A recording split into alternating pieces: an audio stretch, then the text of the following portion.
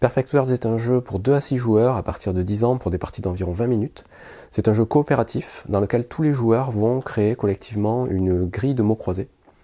Et l'idée, ça va être d'essayer à la fin de la partie de trouver les mêmes réponses entre tous les joueurs correspondant aux différents mots à trouver parmi cette grille.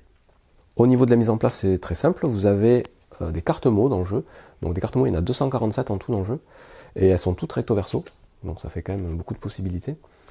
Pour la mise en place, vous allez sélectionner des cartes avec un symbole de crabe. Donc ça, il n'y en a que 47 en tout. Vous allez en prendre 10. Et vous allez les mélanger avec 30 cartes mots sans symbole crabe. Donc au total, vous aurez 40 cartes. Vous allez mélanger, vous en faites un tas. Et vous en dévoilez 9. En plus de ça, vous avez des tuiles flèches. Donc ces tuiles-là, vous en avez 7 en tout. Et vous allez les empiler par numéro. Donc le plus gros numéro, le 10 en bas. Et vous remontez 9, 8, 7, 6, 5, 4, 3, 2. Et vous mettez la 1 au-dessus. Le reste du matériel, je l'ai mis de côté ici. Vous avez un bloc-notes, vous allez distribuer une feuille à chacun, un crayon à chacun.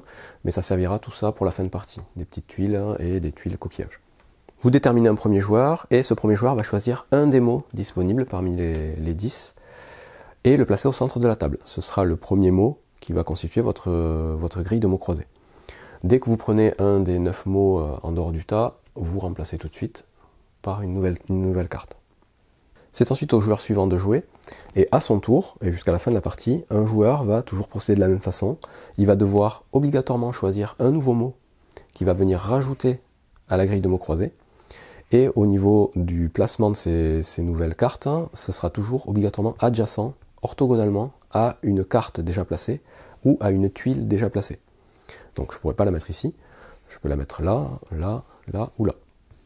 À chaque fois que je vais placer, mettons je choisis celui-là, une carte mot, et que ça va associer minimum deux mots côte à côte, je serai obligé de rajouter une tuile flèche que je vais pouvoir placer d'un côté ou de l'autre de cette association avec la flèche pointant vers les mots. Donc là, admettons, je me mets ici. Et là, du coup, on a commencé à créer une association avec le mot animal et le mot long. Donc on peut commencer à essayer de deviner la réponse de ce mot numéro 1. Il est interdit de communiquer entre les joueurs sur les idées qu'on a. C'est-à-dire que là, animal long, si c'est, moi je me dis c'est peut-être un serpent, ce qui est assez logique. Je ne peux pas dire aux autres, ah ben là c'est un serpent. Ça, c'est vraiment tout le cœur du jeu. C'est à la fin que ça va se passer et ce sera secret. Chaque joueur va devoir définir les mots correspondant aux flèches, chacun de son côté. Et le but du jeu, ça va être d'avoir le plus de mots en commun. Donc, par contre, on peut quand même communiquer dans le jeu en disant « Attends, laisse-moi cet indice-là, je sais où je vais le mettre, ce serait intéressant. » Ou « Ah ben là, ça me paraît évident, j'ai une idée. » Enfin, on peut parler, mais on ne doit jamais dire l'association d'idées à laquelle on pense. On continue alors la partie. Donc là, j'ai pris une carte ici, hop, j'en mets une nouvelle. C'est au joueur suivant, il va devoir choisir un nouveau mot. Admettons, il choisit celui-là. Et là, il va pouvoir venir soit compléter une ligne déjà fléchée pour rajouter des indices. Donc bon, là c'est peut-être pas le plus judicieux, soit venir commencer une nouvelle association. Donc si je me mets ici, j'ai deux cartes mots, je suis obligé de venir prendre une nouvelle tuile et que je vais venir placer soit d'un côté soit de l'autre en utilisant la flèche que je veux. Donc là il y a le choix entre deux flèches, 2 et 3, je peux très bien mettre la 3 ici et la 2 qui va pointer par là. Je remets une carte, je continue, donc ici sombre par exemple, je pourrais commencer une nouvelle association dans ce sens. Et on va jouer comme ça à tour de rôle, en faisant grandir notre grille. On peut très bien utiliser des mots, quand on sait vraiment pas quoi faire, qui vont pointer vers rien du tout. Donc admettons, je peux mettre un mot ici, par exemple. Pour l'instant, il n'y a pas de flèche. Mais par contre, si quelqu'un vient rajouter une carte derrière, ben là, il va falloir venir encore rajouter une flèche. Et la partie va s'arrêter tout simplement dès qu'on va placer la dernière flèche, donc la flèche 10. Et quand on aura placé cette flèche, il faudra absolument que toutes les flèches soient liées à au moins deux mots. Donc vous voyez ici, dans ce cas-là, la flèche 2, il n'y a qu'un mot pour l'instant. Il faudra continuer à jouer pour qu'il y ait au moins deux mots en face de chaque flèche. Quand ce sera le cas, on arrête la partie et on passe à la phase de résolution. Avant de passer à la phase où on va chacun noter les associations qu'on a trouvées en fonction des flèches, on va tous décider de placer ensemble ces deux tuiles.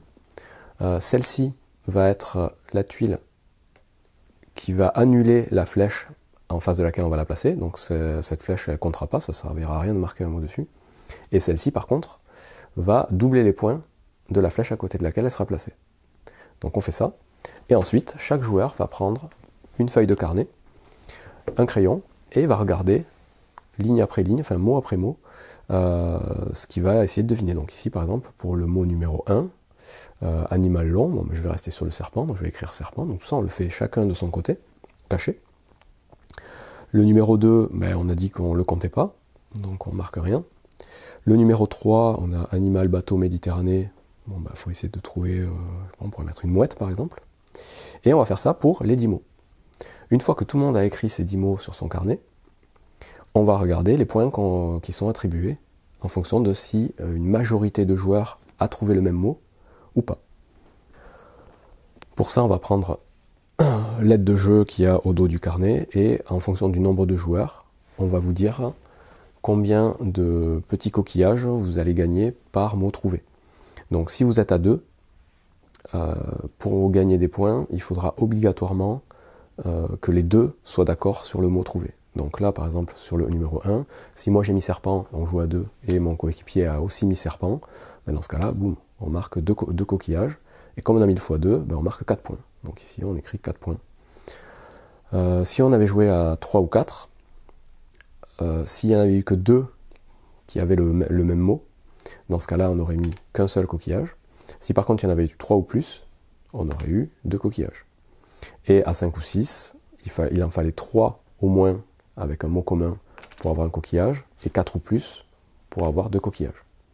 Donc on fait ça pour chaque numéro, on fait un total, et après vous avez un système de classement, là, médaille de bronze, médaille d'argent, médaille d'or, formidable en fonction du nombre de points que vous avez réussi à accumuler.